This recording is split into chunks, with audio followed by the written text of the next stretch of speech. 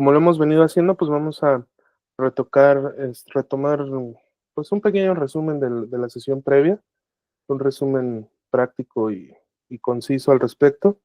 La sesión previa empezábamos la sesión hablando de qué eran los ETFs. Solo recordar que bueno, que los ETFs son un conjunto de empresas englobadas en un solo activo que tiene el comportamiento muy similar a lo que es una sola acción.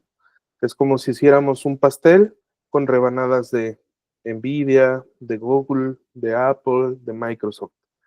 El rey de los ETFs es el SPY, que es la representación del índice Standard Poor's 500, y hay otros ETFs de igual importancia, como el QQQ, que es la representación del Nasdaq, las 100 empresas tecnológicas más importantes, el IWM, que es la representación del índice Russell 2000, que son las 2000 empresas de pequeña y mediana capitalización más importantes de Estados Unidos, y bueno, algunos otros que estamos viendo ahí en el listado, ¿verdad? Como ventajas hablábamos que tienen la fortaleza de proveernos de una diversificación instantánea, y esto reduce el riesgo porque estás participando en varias empresas a la vez. Además, los costos suelen ser menores en transacción. Hay algunas compañías eh, que cotizan incluso hasta en miles de dólares una sola acción, y en cambio cuando las adquieres vía ETF o que están incluidas en un ETF, pues puede disminuir esos costos de exposición. Y que bueno, que también son instrumentos que generan interés en el inversor, entonces por lo tanto tienen bursatilidad. Se pueden comprar y vender con facilidad. Y pues bueno, algunas desventajas es que los inversores no tienen control directo sobre qué compone el ETF, y que algunos ETFs pues precisamente no generan el suficiente interés y pueden ser trampas de valor en donde puedes quedar atrapado por mucho tiempo. Veíamos también que eran los bonos, este tema totalmente crucial para el resto del curso, por la importancia que tiene, ¿verdad? Y bueno, veíamos que existen diferentes tipos de securities. Vamos a procurar hablar, pues bueno, en inglés en ese sentido, porque pues la fuente de origen de esta información, pues todo es en inglés, entonces no tiene sentido tratar de darle traducción, mejor entender los conceptos como, como son en su idioma de origen. Y pues bueno, en este sentido aprendimos la clase pasada que prácticamente respecto a los bonos, bueno, que existen 4 tipos de securities, que son los T-bills, los T-notes, los T-bonds y los TIPS. Ya por ahí les pasaba una tabla en el grupo para su oportuna revisión. Y enfocándonos en los bonos, pues bueno, son básicamente es deuda que emiten ya sean corporaciones o el mismo gobierno. La representación aquí en México serían los CETES, y pues básicamente el inversor le está prestando el dinero a la entidad para que ésta tenga liquidez pues para invertir en algún proyecto, pagar deuda, etcétera, ¿no? El destino de ese dinero, pues bueno, ya depende de cada entidad, pero básicamente así funciona. Y pues bueno, lo importante de esto es que estos instrumentos ya se sabe que se paga un interés al vencimiento. Entonces, desde que vas a entrar al mismo, ya sabes qué rendimiento vas a obtener potencialmente. Y pues bueno, se pueden clasificar en dos, en bonos de alta calificación y bonos de baja calificación. Básicamente habla de la calidad o la seguridad que emite la entidad que los está emitiendo. Y pues bueno, dependiendo de cada uno, pues va a representar riesgo. Entonces los bonos que son de baja calificación, pues tienden a dar rendimientos más altos, pues porque hay que compensar precisamente ese riesgo. ¿Y qué más? Veíamos, bueno, y la lectura de las gráficas, ¿verdad? La lectura de los bonos. Veíamos que básicamente existen cuatro tipos de curva: la curva ascendente normal, con una pendiente no tan inclinada y que casi a la madurez del contrato, casi al finalizar el contrato, tiende a hacerse plana. Una curva acelerada en donde la pendiente inicial es muy pronunciada, pero posteriormente se va aplanando conforme va alcanzando su madurez. Lo contrario de estas, que sería una inversión de la curva, en donde la pendiente pues va hacia abajo y también va haciéndose plana cercano a la madurez, y una curva plana, en donde pues prácticamente es una línea recta con el paso del tiempo, ¿no? Dependiendo de la curva que se pueda observar en el gráfico, se va a determinar si se espera, recuerden que esto es una expectativa del futuro, si se espera un crecimiento normal, un crecimiento temprano acelerado, una disminución del crecimiento o un aplanamiento, que sería lo mismo igual a indecisión. Y pues bueno, veíamos que pues, la finalidad de haberlos visto desde la clase pasada era para entenderlos, sí, como medios de inversión, conocer que son medios de inversión, pero el sentido que nosotros quisimos darle en esa sesión es entenderlos como una herramienta que nos va a permitir darle lectura al comportamiento macroeconómico de los mercados y, pues bueno, asociarlos a otro tipo de variables, como por ejemplo el efecto de la liquidez. Al final de la clase pasada les decía que, bueno, la liquidez la manipula completamente el Banco Central, en este caso la Reserva Federal o la Fed.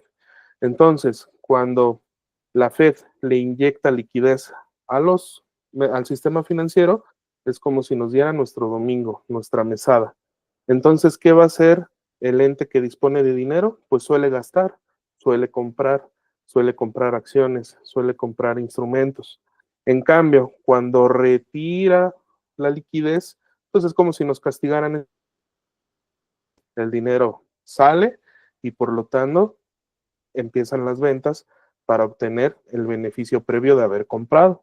Es básicamente así, habría que entenderlo, y que va en consonancia con ¿cómo se dice? Con la encuesta que lanzó Rocky más temprano, que preguntaba que cuál era el efecto de haberle inyectado liquidez el día 6 de mayo. Entonces, si nos están dando dinero, si nos están dando nuestro domingo, pues lo que vamos a hacer es ir a comprar. Entonces, el efecto esperado, pues es que suban los mercados, porque hay dinero disponible para gastar en el sistema financiero, ¿sale? Y pues bueno, veíamos que la composición de los gráficos para la lectura de los bonos y su correlación con el índice, pues se compone de diferentes vencimientos para darle un análisis y determinar cuál es la curva, el análisis de esa curva y su correlación con los mercados. Pues básicamente eso fue lo que vimos la clase pasada. Vamos a continuar con otro más de los componentes de la bolsa, y en este caso vamos a hablar un poquito de las divisas y las criptomonedas. Las divisas, o que también se suele conocer como el mercado Forex, es el mercado financiero más grande y líquido del mundo, donde se negocian monedas de diferentes países.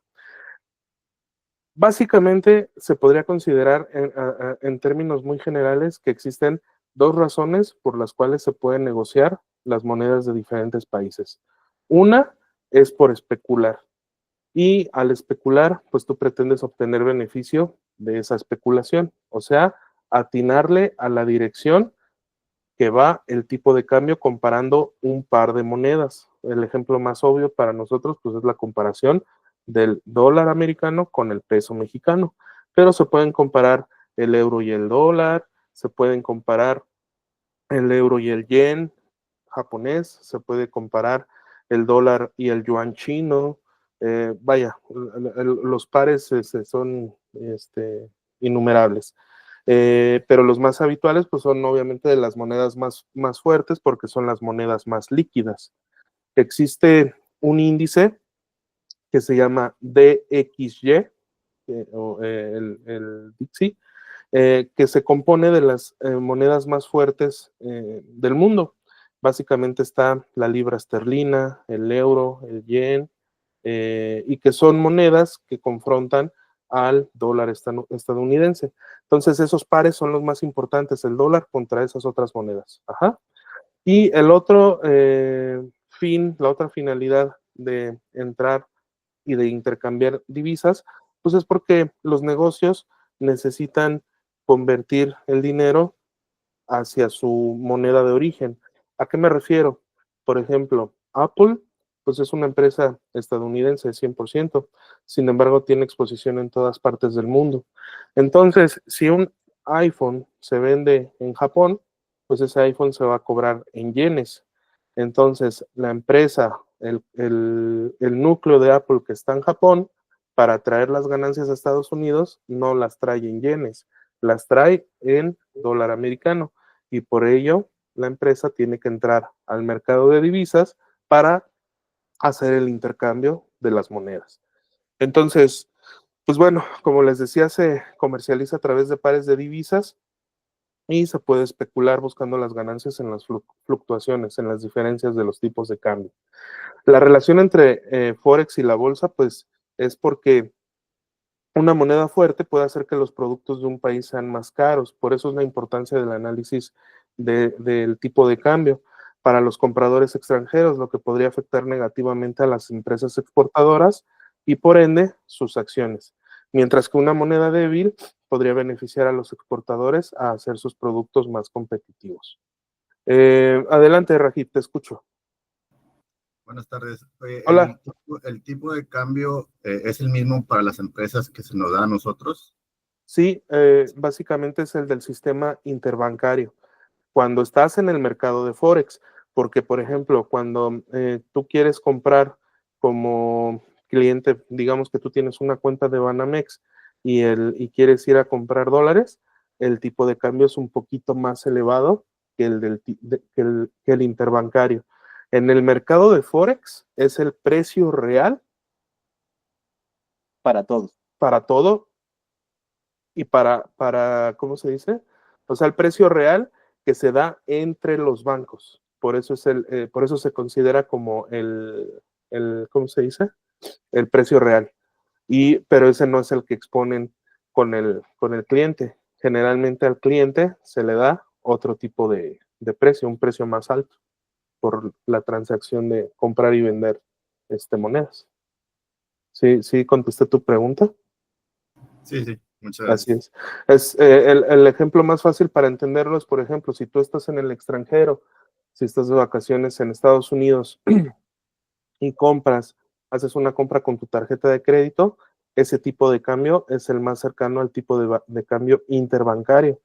Y sin embargo, si tú decidiste cambiar unos pesos aquí antes de irte por unos dólares, seguramente tuviste un tipo de cambio más alto, un precio más alto por esa transacción.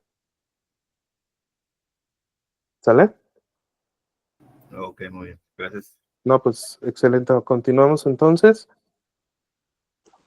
Ah, sí, y bueno, si ustedes también cuando checan los reportes financieros, todas las empresas también ahí reportan justamente las ganancias o pérdidas asociadas a su cambio de divisa.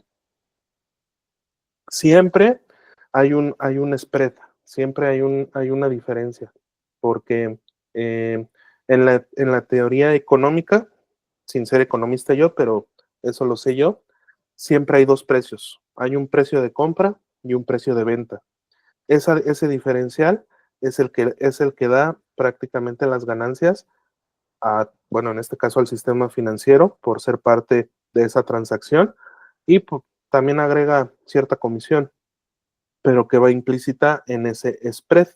A esa diferencia le vamos a decir spread y que suele ser de centavos. Aquí en México, pues casi generalmente siempre es un peso de diferencia, por ejemplo, en el tipo de cambio que se nos dan los bancos entre el dólar y el peso. Pueden ustedes checarlo si gustan y casi generalmente es un peso, algunos bancos un poco más, algunos bancos un poco menos. Ese spread siempre va a existir y es de esa diferencia de donde se obtiene la ganancia y de donde si tú pretendes especular, es ahí donde puedes obtener tu ganancia. Sin embargo, pues también existe el riesgo de pérdida, evidentemente. ¿Sale?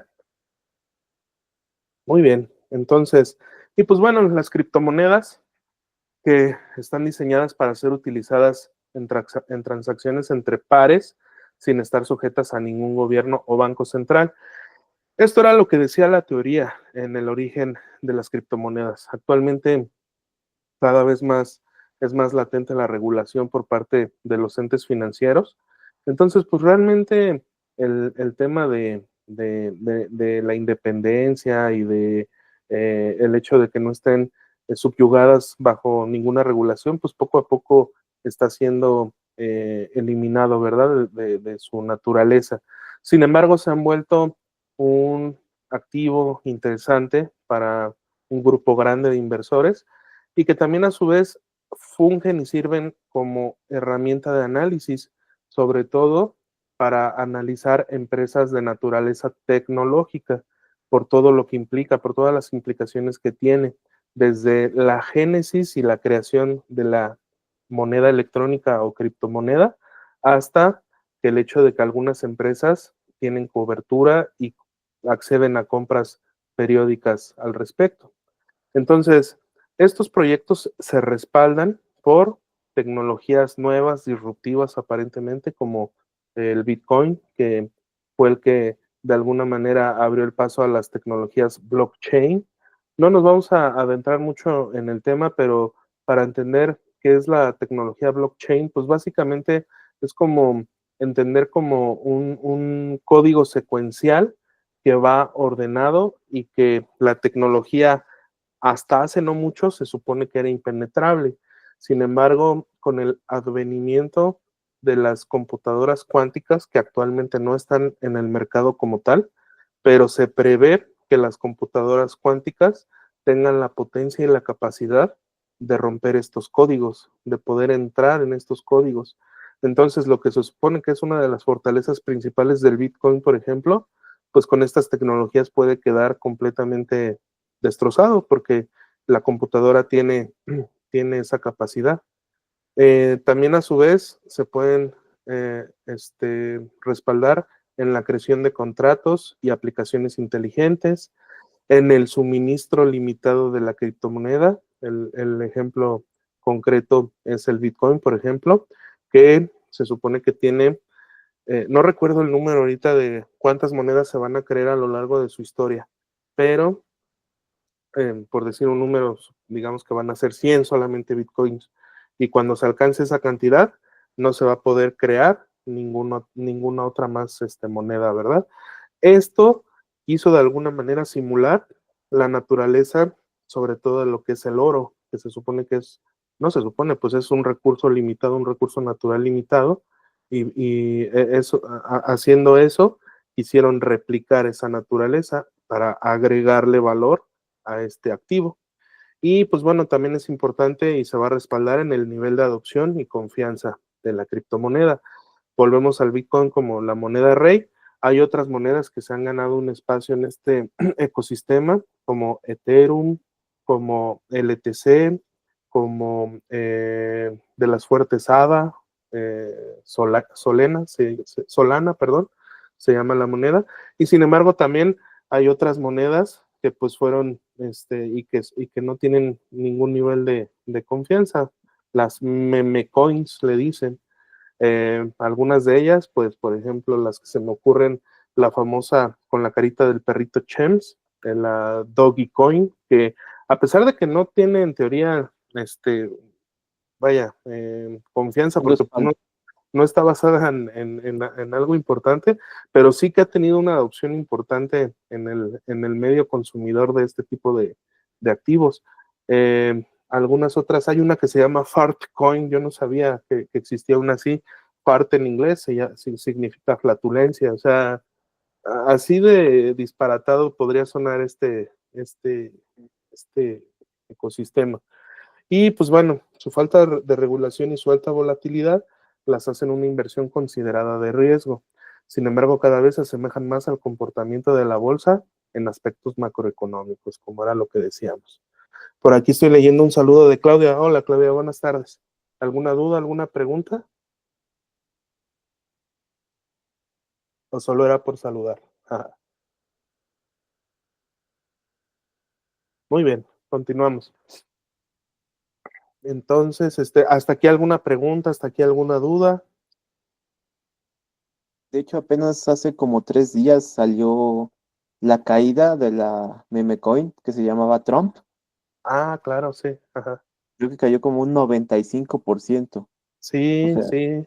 entonces, o sea, muchos proyectos no son serios. La gente básicamente apuesta con la gran mayoría de las criptomonedas. Otros cuantos sí entraron como en la edad temprana. Por ejemplo, cuando Bitcoin, creo que cuando se compraron 2 pizzas por un Bitcoin, más o menos. Ah, claro. Entonces, ellos son como los principales que abogan por su valor, por su crecimiento. Y bueno, o sea, está bien en ese sentido. Simplemente es una recomendación de que si ustedes ven una, un proyecto que está creado en una noticia muy temporal, o sea, básicamente va a ser una estafa. Ustedes podrán ver que sí suba muchísimo, pero en una hora o menos puede caerse al 99%. Entonces, eso es como andar mucho al pendiente si alguien apuesta ahí, pero en general, el único que es como realmente constante y que ha mantenido ese crecimiento ha sido Bitcoin.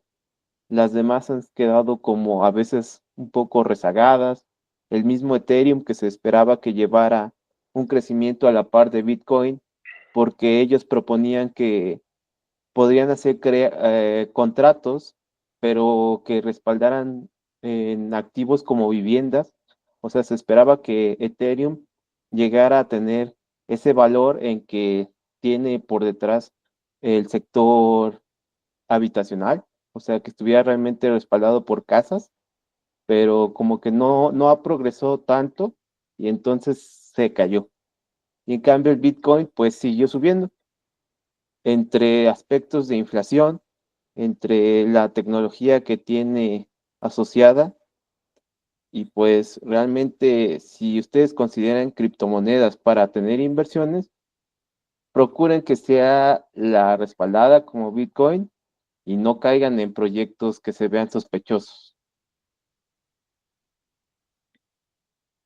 Es correcto. Sí, o sea, em, volvemos a lo mismo. En el transcurso del curso, pues se darán cuenta que nuestra intención es que aprendan a gestionar sus finanzas, pero en activos pues de calidad, en activos que tengan fortaleza, en activos que prácticamente garanticen el crecimiento de su patrimonio. Entonces, em, digo, es válido completamente especular, o sea, realmente no, yo no lo juzgo, sin embargo, sí tener cuidado, ¿no? Ya iremos aprendiendo cómo hacerlo de manera ordenada, de manera sistemática, pero sí, este ambiente de criptomonedas se presta muchas veces a esa situación. Incluso hace un par de semanas, quien le da seguimiento a noticias económicas, en Argentina hubo un caso muy, muy fuerte al respecto porque el mismo presidente de Argentina una noche antes había hecho pues una recomendación, realmente yo sí considero que lo recomendó, aunque obviamente como todo buen político se desdijo, hizo una recomendación acerca de una cripto, la gente entró de manera eufórica, desmedida a invertir y comprar estos activos en las plataformas correspondientes y sin embargo, al otro día, la criptomoneda se desplomó a cero. O sea, toda la gente que entró a comprar infló el precio.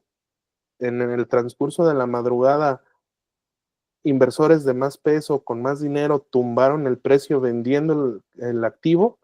La cripto se fue a cero y pues obviamente toda la gente perdió su dinero, ¿no? Entonces ese es el riesgo real de entrar en este tipo de activos. Por ahí Claudia tenía una duda respecto a los pares de las divisas. Adelante, Claudia, es que te escucho o te leo, no sé, cómo quieras participar.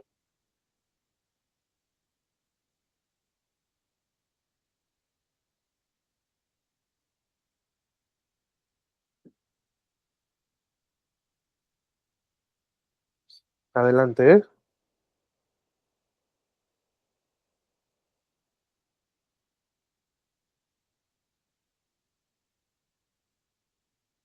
Sí. Transacciones de pares.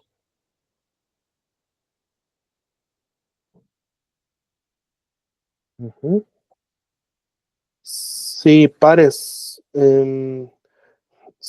Las transacciones se dan entre pares porque se compara una moneda con otra. Entonces, en el diferencial del precio es en donde se obtiene ya sea una ganancia o la pérdida, según sea la especulación.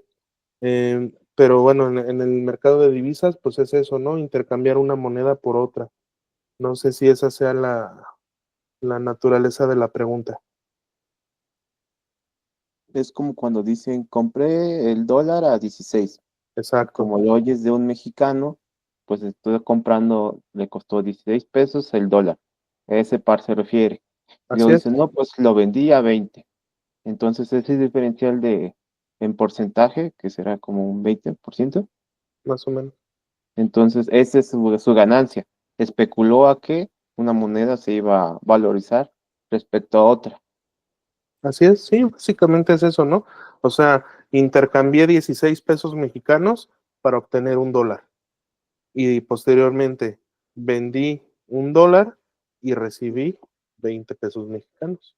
En ese diferencial de 4 pesos obtuvo ganancia. Pudo haber ocurrido lo contrario. A lo mejor lo compró, intercambió 20 pesos mexicanos por un dólar y bajó el tipo de cambio y cuando quiso vender, vendió un dólar y recibió solo 16 pesos. Entonces ahí tuvo una pérdida de 4 pesos. Ese diferencial y esa comparación, ahí es donde se da la operación entre pares. ¿Sale? Muy bien, parece que ya quedó resuelta la pregunta. Entonces continuamos. Y bueno, básicamente eso es referente al tema de criptos y divisas. Ahora vamos a entrar en un mundo también muy, muy importante, que es el mercado de commodities, o dicho de otro modo, pues el mercado de materias primas, ¿no? Las materias primas, pues bueno, son materias básicas o productos agrícolas que se intercambian y se utilizan como insumos en la producción de bienes y servicios. Se invierte en ellos a través de los ETFs, por ejemplo, el ETF que se llama GLD, que está enfocado en el oro. Como dato, yo soy partidario de tener oro y plata. Van a ver que durante el transcurso del curso, me enfoco mucho yo en esos dos metales. Para mí son una fuente de riqueza y de preservación de patrimonio. Y pues bueno, conforme avance el curso, vamos a ir viendo paulatinamente mensajes en el grupo sobre el tema del oro, ¿no? Que estamos en un momento histórico porque recientemente ha alcanzado precios máximos históricos. Actualmente una onza de oro, que equivale a 31.1 gramos, está aproximadamente en $3,300 la onza. Entonces, pues bueno, vamos a ir entendiendo cómo es que se dan y por qué se dan estos movimientos. Acciones de empresas relacionadas con commodities como CLX, que es Clorox, ¿verdad, Rocky? Si no estoy mal. Claro. Sí, ¿verdad? Clorox. Y, o contratos de futuros y opciones. Por ejemplo, el contrato de futuro que lo encontrarían así cuando aprendamos a usar el broker CL para el petróleo. Y pues bueno, se utilizan igual para especular y también para protegerse contra la inflación, utilizando, bueno, la reserva de lo que sería el valor de estos precios de estos bienes. Los principales commodities, las principales materias primas, pues son el oro, la plata, el petróleo, el trigo, la soya, el gas natural, el hierro, el cobre, pero hay futuros perdón, pues sí, hay contratos para el café, contratos para la madera, contratos para la carne de cerdo, contratos para la carne de res, para todo lo que sea materia prima, ya hasta el agua. Sí, realmente sí, incluso ya hasta el agua. Entonces, como podrán ver, pues es un mercado sumamente importante por todo lo que implica. Sin embargo, también es un mercado reservado para muy pocos inversionistas por el tamaño de lo que equivale el precio en sus contratos. Ahorita lo vamos a ver y vamos a entender por qué. Básicamente, bueno, eso era el tema de los commodities y ahora vamos a hablar del mercado de derivados, otra parte de la bolsa. Si están dando seguimiento, pues estamos hablando de todos los componentes de la bolsa que mencionamos hace 2 clases, ¿verdad? En el caso de los derivados, y que esta es una de las fortalezas de este curso, la fortaleza tal vez más importante incluso, y que es lo que nos va a dar el distintivo en comparación de otros, pues, que se dicen o creen profesionales, es el uso correcto de los derivados. ¿Qué son los derivados? Son instrumentos financieros cuyo valor proviene, deriva, por eso de ahí la palabra, de otros activos subyacentes como acciones, bonos, commodities o índices, todos los que ya vimos. Hay un mercado de estos derivados. Y bueno, estos derivados permiten a los inversores igual especular sobre el precio futuro de estos activos o protegerse contra posibles pérdidas. A esto le vamos a llamar hedging, hacer hedge, hacer cobertura, protegernos. Y es una palabra que vamos a estar utilizando recurrentemente durante todo el curso, entonces para irnos familiarizando, para irnos empapándonos de esto. Básicamente los derivados son 2, las opciones financieras y los contratos de futuros.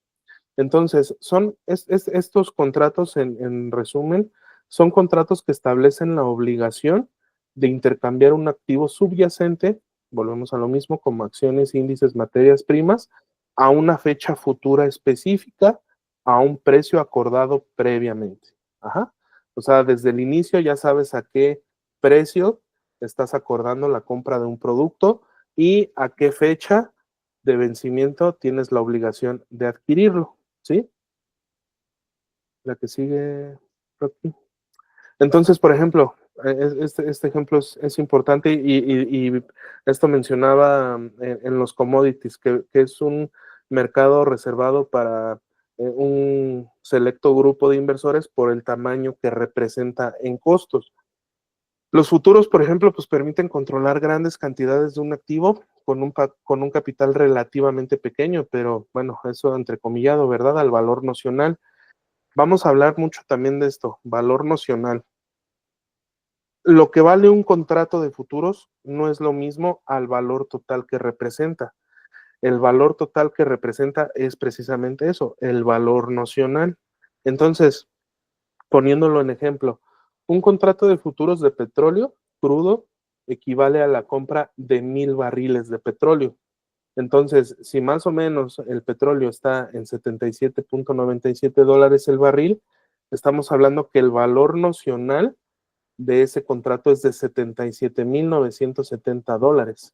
Entonces, al final, a la expiración del contrato, esto, si lo dejásemos expirar, pues esto nos obliga precisamente a comprar los 1,000 barriles a ese precio, porque ya sabíamos desde un principio que pagamos por ese precio. Aunque el petróleo en esas fechas estuviera en 90 o $100, nosotros lo estaríamos adquiriendo en ese momento por $77,970. Entonces, si se dan cuenta, precisamente acabo de mencionar algo, esas diferencias de precios, ahí es donde estamos especulando o donde pretendemos protegernos contra un cambio del precio, ya sea una subida o una bajada. Entonces, en las diferencias es donde podemos encontrar campo de acción para obtener un beneficio. Ajá.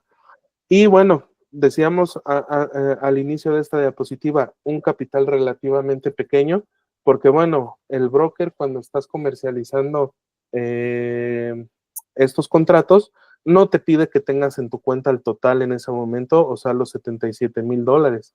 Te pide solamente que tengas 4,000. O sea, el broker te está dando un crédito, te está dando pues sí, el crédito de que para que compres ese contrato. Sin embargo, vuelvo a insistir, si tienes si dejas vencer el contrato, si lo dejas expirar, al final tienes la obligación de pagar los $77,000 y esto se vuelve un problema porque muchas veces existe un problema entonces al final de margen en donde el broker te está requiriendo el pago completo y bueno, pues si no reúnes todo el capital, pues te puedes meter en un problema serio, evidentemente. El broker de entrada va a obtener, va a quedarse con todo el capital líquido que tengas en la cuenta en ese momento.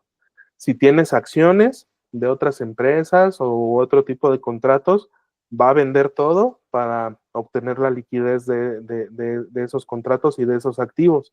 Y si no completas la diferencia, pues obviamente legalmente quien te vendió el contrato, pues tiene la posibilidad de demandarte y exigirte el pago, ¿no? Entonces, por eso vamos a usar estos instrumentos de forma responsable, de forma sistemática, para pues no tener este tipo de problemas, ¿verdad? Otro ejemplo, un contrato de futuros de cobre generalmente equivale a 25,000 libras de cobre. El precio actual por libra de cobre es aproximadamente 4,400, no, perdón, 4.4 dólares la libra, o sea que sería un equivalente a 111,175 dólares. Volvemos a lo mismo. El broker, cuando comercies este tipo de contratos, te va a pedir un margen entre el 3 y el 12% del valor del activo. Pero si se deja expiración y estás obligado, como lo mencionamos desde un principio, a obtener por el precio predeterminado esa cantidad de cobre. Entonces, al final, sí o sí tienes que pagar por los 111,000 dólares en el caso del cobre, ¿no? ¿Hasta aquí alguna duda? ¿Hasta aquí algún comentario al respecto? ¿Sí les queda claro cómo funcionan estos derivados y qué son los derivados? ¿Sí? ¿Dudas? ¿Preguntas? Ahorita de momento nos saltamos las opciones. Estamos viendo únicamente futuros, ¿vale? Ya cuando veamos opciones es porque ya estamos en la parte más avanzada del curso. Sí, Ahorita es exacto. importante que veamos los futuros y que lo relacionemos con lo que aprendimos en commodities, ¿vale? Entonces, si yo quisiera comprar, por ejemplo, no sé, jitomate, entonces yo puedo adquirir un contrato de futuros y el broker me va a pedir un porcentaje del valor total de la cantidad de jitomates que estén. Entonces, eh, ustedes, bueno, la diferencia entre el momento en que yo compre el contrato y en el que yo lo venda, eso es lo que se va a manejar como ganancia o pérdida. Nunca los dejamos expirar porque nunca queremos esa asignación. O sea, nunca debes de esperar que lleguen a tu casa los 1,000 barriles de petróleo, ¿sale? Bueno, ¿sabes? Habrá alguno que sí quiera Bueno, sus sí. 1,000 barriles. No, no creo. Obviamente, por Bueno, cuestiones como de nosotros logística. retail, no. Ajá. Sí, no, aquí no. Por cuestiones de logística, pues no, ni siquiera es factible, ¿no? Pero obviamente grandes empresas, grandes conglomerados, pues sí pueden optar por dejar expirar los contratos, porque pues puede ser la naturaleza de la inversión para lo que lo hicieron, ¿no? Entonces, bueno, hablando de los futuros, el precio de los futuros es sumamente susceptible a las noticias del activo. Entonces, por poner un ejemplo, ¿no? Ahorita que estábamos hablando del petróleo. Generalmente cuando hay un evento geopolítico relacionado con la guerra, suele impactar brutalmente sobre el precio de los futuros, ¿no? ¿Por qué? Porque se supone que en una guerra, pues puede haber restricciones en la oferta, entonces la demanda puede quedar un poquito, pues bueno, comprometida y esto aumenta el precio del petróleo. Eh, por ejemplo, cuando un país está pasando, bueno, en este caso en Estados Unidos, por ejemplo, lo que está sucediendo, que hay un momento pues bueno, digamos, de mucha incertidumbre en torno a su macroeconomía, uno de los activos que suelen ser muy sensibles a esto, pues es el oro. Entonces, el precio en los futuros del oro, pues también se ve bastante relacionado con este tipo de eventos, ¿no? Y así podemos ir viendo cada situación, ¿no? Por ejemplo, veíamos que de los futuros y de las materias primas más importantes es la soja, ¿no? La soya. Bueno, cuando estalló la guerra entre Rusia y Ucrania, resulta que Ucrania es el principal exportador de soya a nivel mundial. Entonces, obviamente, esto tuvo una repercusión importante sobre el precio de la soya. ¿Y por qué es importante el tema de la soya? Pues porque se utiliza principalmente para hacer pan. Entonces, por eso era importante y por eso sigue siendo importante la guerra Rusia con Ucrania, por ejemplo, ¿no? Y así van a empezar ustedes poco a poco, ya verán a integrar toda esta información. Ya no van a ver los datos ni las noticias de forma aislada, le van a dar sentido e integración y pues obviamente pues también con nuestro apoyo, ¿no? Entonces, vean cómo en 3 días prácticamente de sesiones, cómo empezamos a tejer poco a poco toda esta información y poder integrar la verdad. Hablando de los futuros, entonces, bueno, prácticamente se establecen 4 fechas de expiración al año para los futuros en la tercera semana de los siguientes meses, que es marzo, junio, septiembre y diciembre. En estas fechas es cuando expiran los contratos, entonces en estas fechas es cuando estamos obligados, si lo dejamos expirar, a pagar por el total del valor nocional del contrato. Y pues bueno, como bien ya lo mencionaba Rocky, pues obviamente no es ideal nunca dejarse a expiración, salvo que quieran ustedes tener en su patio pues 1000 barriles de petróleo, ¿no? Por ejemplo. Entonces, bueno, por eso es darle criterio y seriedad al manejo de estos activos. Eh, Ahora bien, es un dato técnico importante a mencionar. Los futuros se mueven por ticks. ¿Qué son los ticks? Un tick es el cambio mínimo que tiene al subir o bajar el precio de una fracción por una unidad del futuro. El número de ticks para completar una unidad es independiente para cada tipo de futuro. Por ejemplo, el Standard & Poor's 500, el futuro lo vamos a encontrar como el ES, es la nomenclatura del contrato, el ES. Entonces, el ES es el futuro del Standard & Poor's 500, el SPX es el índice, las siglas de los índices. Los tres representan lo mismo, solo que el ES como futuro, el SPX como índice, y bueno, como ETF sería el SPY, ¿no? Para complementar esta información. Entonces, bueno, el valor nocional aproximado de un contrato de LS es de $275,000. Esto provoca que el broker, cuando quieras operar estos contratos, te margine de tu cuenta $13,500. Entonces, lo ideal es que siempre tengas más de ese margen requerido, porque si no, con alguna fluctuación del precio, puedes caer en riesgo de impago. A eso me refería hace un rato cuando decíamos que puedes tener un problema de margen, porque el broker va a detectar que no tienes la suficiente solvencia para manejar el tamaño de ese contrato. Entonces, bueno, volviendo al tema de los ticks, un punto del ES equivale a $50 y un punto del ES está dividido en 4 ticks, o sea, 0.25 puntos, ¿sí? Así es como se maneja la lectura de los gráficos en los futuros. No estamos viendo todavía lectura de gráficos, ese es el siguiente módulo. Sin embargo, es importante entender cómo se mueve el precio según el número de ticks. Y pues que bueno, estos ticks también aplican, por ejemplo, para el mercado Forex, para el mercado de divisas, también se habla de ticks por el tamaño nocional de estos contratos. No sé si quieras agregar algo aquí más, Rocky, al respecto.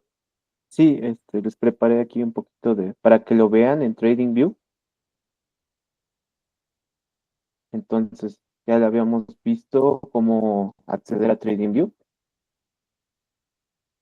Aquí que es donde nosotros colocamos el ticker para buscar una acción podemos, por ejemplo, simplemente poner futuros y ya nos va a abrir esta gama de posibilidades.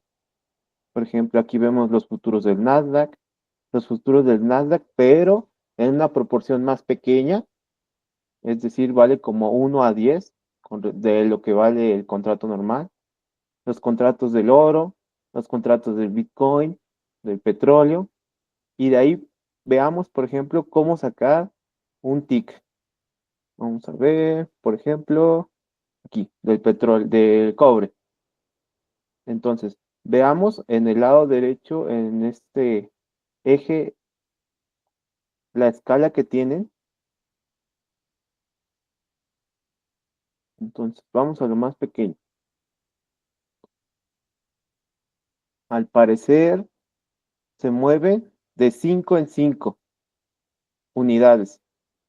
Si ven que vale 45, bueno, 45,000, ya se mueve 5 en 5 para hacer cada respectivo punto. Entonces, es como muy particular para cada uno. Veamos, por ejemplo, otro que hablábamos, el del que es el del SP500. Entonces, aquí podemos observar cómo está dividido, que para pasar de 5,682 hasta 5,860, perdón, 5,683, se va moviendo en ticks de puntos 25, punto 25. La ganancia o pérdida que vienen manejando los inversores de futuros, en este caso, es que de 5,682 hasta 83, esto representa $50. Entonces, por ejemplo, una persona que compró aquí en 82 y ahorita vende en 82,50, o bueno, ya en 83,25, entonces ya ganó 50 más 12, bueno, está subiendo. Bueno, de 82 a 84 son 2 puntos. Entonces, si esa persona lo vendió en este momento, ganó $100.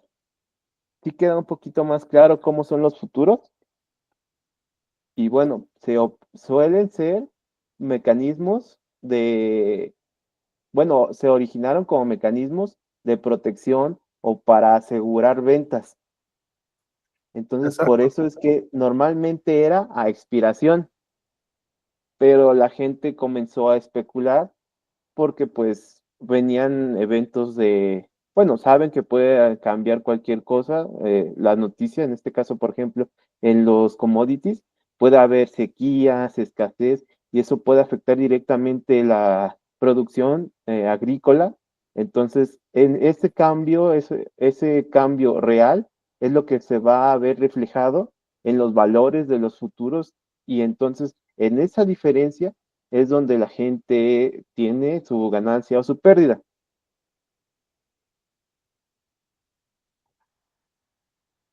¿Sí queda Así claro es. lo que vimos hoy?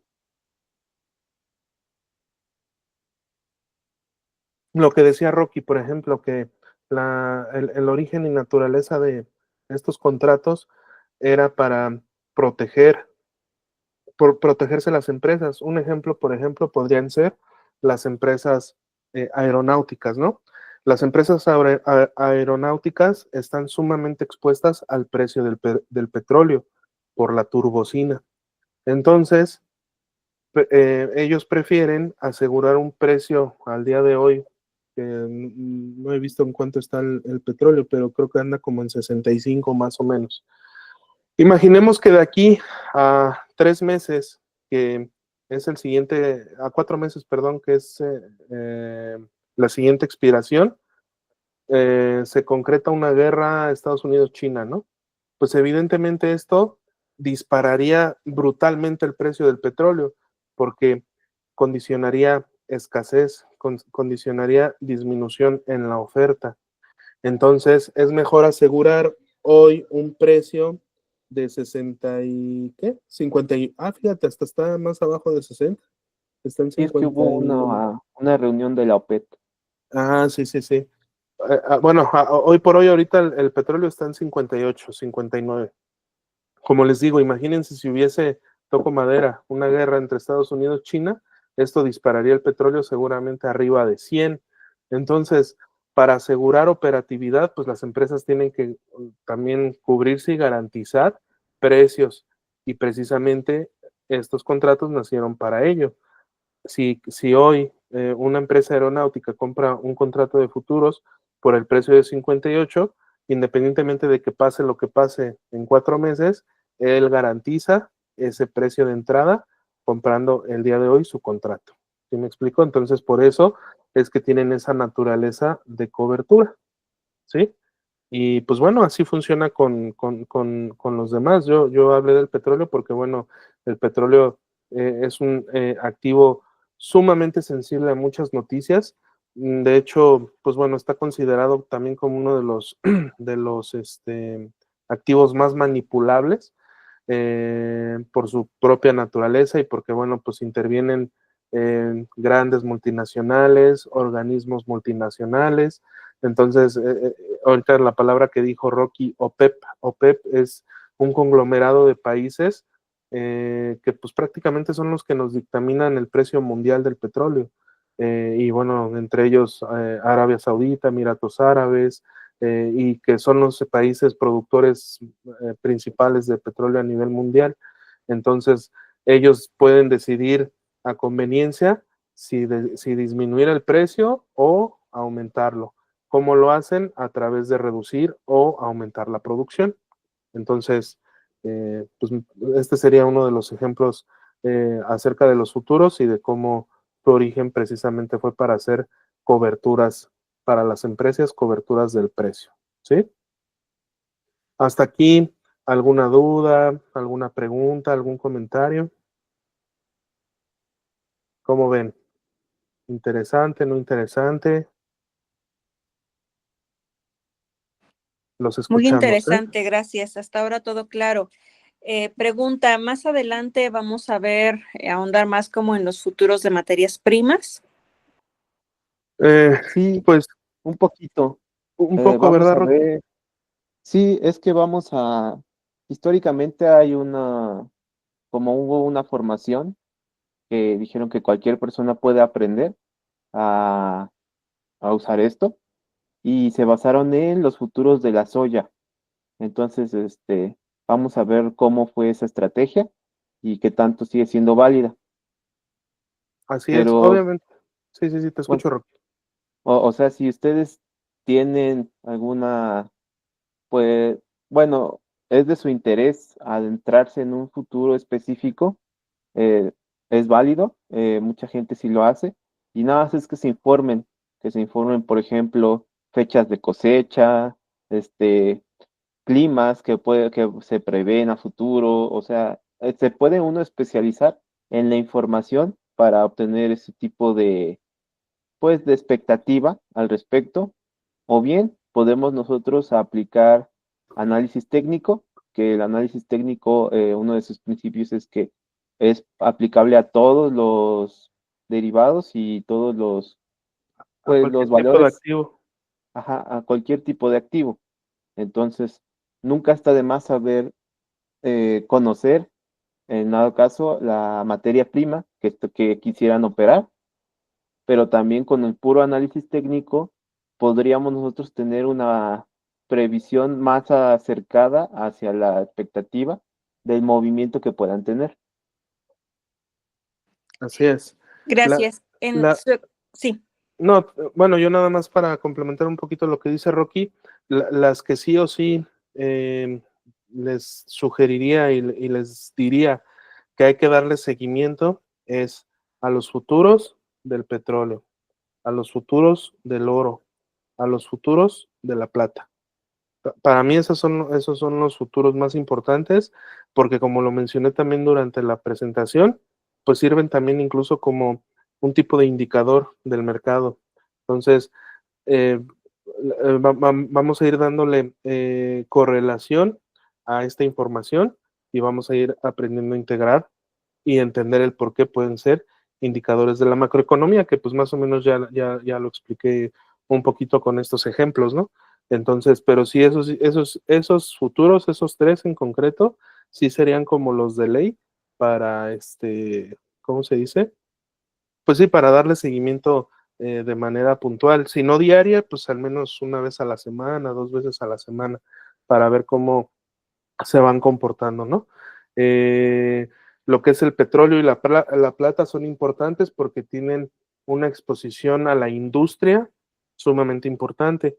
Y pues bueno, obviamente la economía de un país pues está basada principalmente o prácticamente es la representación de su industria, ¿no? Entonces por eso es que son importantes. Y el tema del oro, porque bueno, para mí el oro como tal es el dinero real.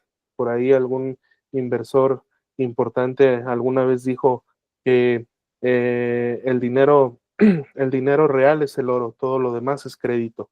O sea, lo que conocemos nosotros como los pesos físicos, los dólares físicos, eso es crédito, eso no es dinero real. El dinero real es el oro. Ya lo vamos a ir entendiendo poco a poco, pero vaya, por eso la importancia de darle seguimiento a estos futuros. Perdón, ahora sí, disculpen la interrupción, no sé quién estaba participando.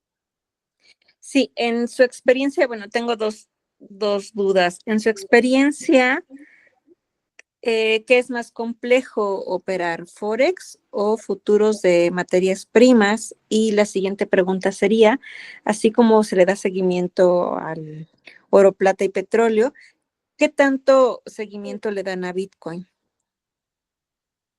Ok, bueno, contestando tu primer pregunta, considero yo que es más fácil operar el tema de Forex porque prácticamente tiene un perfil de análisis casi prácticamente técnico. Y como son periodos de inversión muy rápidos, o sea, generalmente en el Forex no te quedas más de unos minutos o sea, eh, digamos, en el ejercicio de la especulación, pues por eso para mí es más sencillo. Eh, yo en lo personal, yo no opero Forex, o sea, yo no especulo con el tipo de cambio.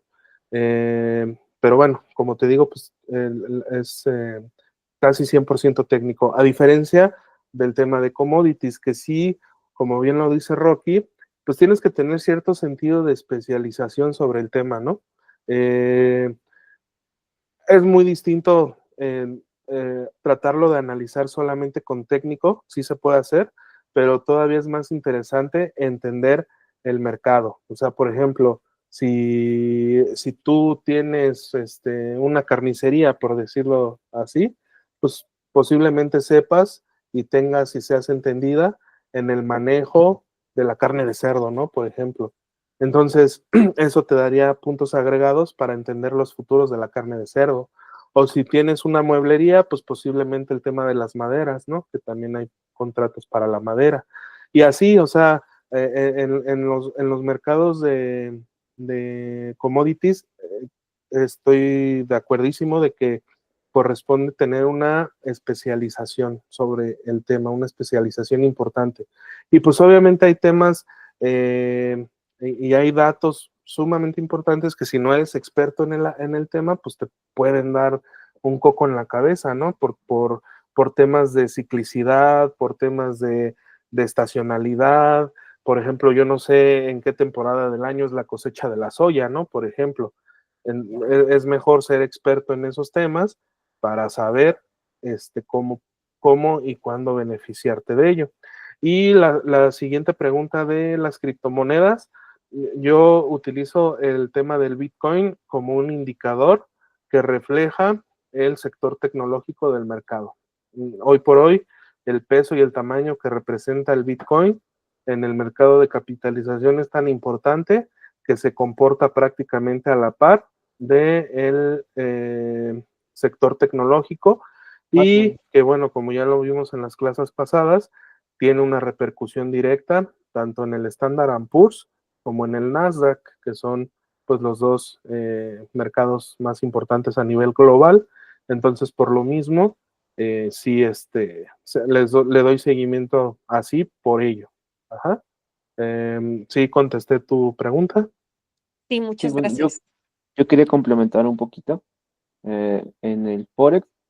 O sea, bueno, en general hay gente que también solo orienta a dominar un solo activo.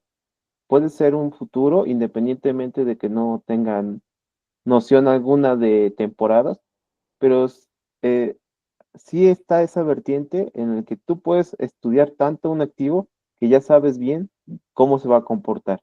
Entonces, si eso lo complementas con la información que bien dijo Edgar, pues estarías súper del otro lado, eso del Forex. Y si ustedes quisieran, por ejemplo, comparar el movimiento de Bitcoin con, por ejemplo, el mercado, ustedes se van aquí a TradingView y vamos a poner, por ejemplo, los futuros del Standard Poor's y le van a dar aquí justo al lado, tiene una flechita. Le dan clic y, por ejemplo, lo vamos a comparar con los futuros del Bitcoin.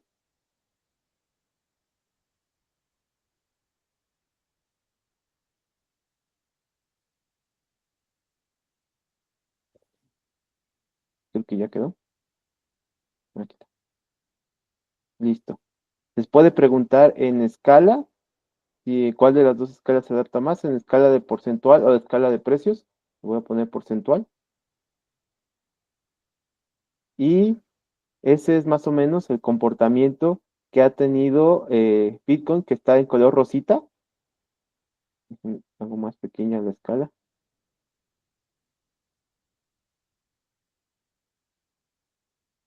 O sea, con respecto al mercado. Se mueve más agresivamente y en general pues, parece que se ha desentendido un poco ya. Yo diría que justamente desde el 2024 como que ya lleva, antes sí llevaba un seguimiento un poquito más cercano que fue desde la pandemia hasta 2024, como que eran movimientos más cercanos al mercado. Pero yo siento, esa sí es opinión, perspectiva mía, que desde el 2024 como que ya lleva Bitcoin su propio movimiento, ya como que se mueve un poquito más al ritmo que él se proponga en cuestiones así económicas, como que se distanció un poco debido a la inflación. Entonces, si bien todavía responde mucho a noticias económicas, bueno, como que ya yo siento que ya puede valerse más como por sí mismo y falta ver si esto sigue evolucionando o si se adapta a cuando lo que habíamos comentado de que se regulen más las criptomonedas, a ver si sigue siendo como independiente, gana independencia o por el contrario, ahora se apega más al mercado.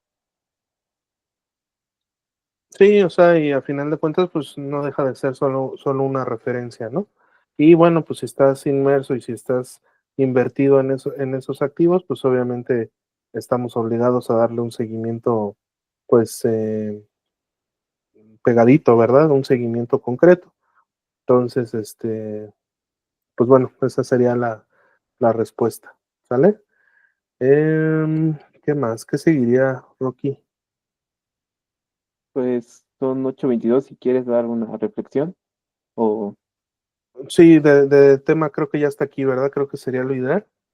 sí, ya para que la siguiente clase concluyamos el primer módulo. Perfecto, muy bien. Pues no sé si alguien por ahí más tenga algún comentario, alguna pregunta, qué les pareció el tema de hoy. Los leemos, los escuchamos.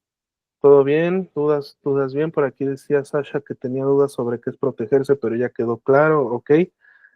No sé si alguien más tenga algún comentario, quisiera participar de algún modo.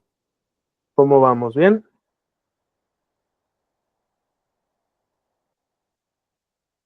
¿Dudas, preguntas? Obviamente, pues esto encarecidamente les pedimos que que lo reflexionen, que lo vuelvan a estudiar, precisamente por eso el hecho de estar subiendo las clases a YouTube para tener la oportunidad de volver a revisar los temas y tener la oportunidad de poder digerirlos. Pues se vienen ahora sí que 3 días de descanso en el sentido de las clases, pero sí quisiera pedirles que pues para avanzar todos de forma homogénea y avanzar pues de forma pues significativa, pues en casa hagamos esa revisión, esa revisión de los temas, estudiar para poder pues comprender bien los temas y volvemos a insistir en el uso del grupo. Ahí pueden vaciar sus dudas, sus preguntas y las vamos a ir contestando. Entonces, pues tenemos los medios suficientes, ¿no? Para poder integrar toda esta información y poder ir creciendo todos como grupo, ¿sale? Yo insisto en que hemos avanzado pasos agigantados en tan solo 3 clases. Realmente, bueno, pues evidentemente no son las mismas personas que cuando empezó el curso el 5 de mayo. Es información sumamente sofisticada, sumamente importante y que pues hoy por hoy ya la conocen. Entonces vamos a hacer esa reflexión, vamos a hacer esa digestión de la información para poder aplicarla posteriormente en la toma de decisiones de nuestras finanzas, de nuestras inversiones, que pues por eso es precisamente el módulo base, el módulo inicial, y esto nos va a permitir tener un panorama más claro al respecto de en qué momento y cómo hacer nuestras inversiones, ¿sale? Entonces, por aquí comentaba Sasha, sí, siento que fue una buena porción para la hora de la clase, sirve mucho con ejemplos reales, sí. El tema de TradingView en el siguiente módulo, ahora sí va prácticamente a full, entonces, digo, no hemos hablado ni un 1% de lo que es el aspecto técnico y el análisis de estos gráficos, pero pues sí, la idea es ir poco a poco y tratando de respaldar las explicaciones, pues utilizando estas herramientas, ¿sale? Entonces, pues no sé, ¿alguien más? ¿Algún comentario? ¿Todo bien? ¿Alguna pregunta, duda? ¿Todo bien? ¿Todo claro? ¿Cómo ven por ahí? Antonio, Erling, Joel, Juana, Rajib, ¿todo? Sofi, Sasha, ¿todo bien? Sí, todo bien. Perfecto, muy bien. Todo chido. Excelente. Muy bien, amigo Joel, todo perfecto, muy bien. Pues listo, pues entonces creo que con esto damos conclusión a la sesión del día de hoy, prácticamente ya para la siguiente clase.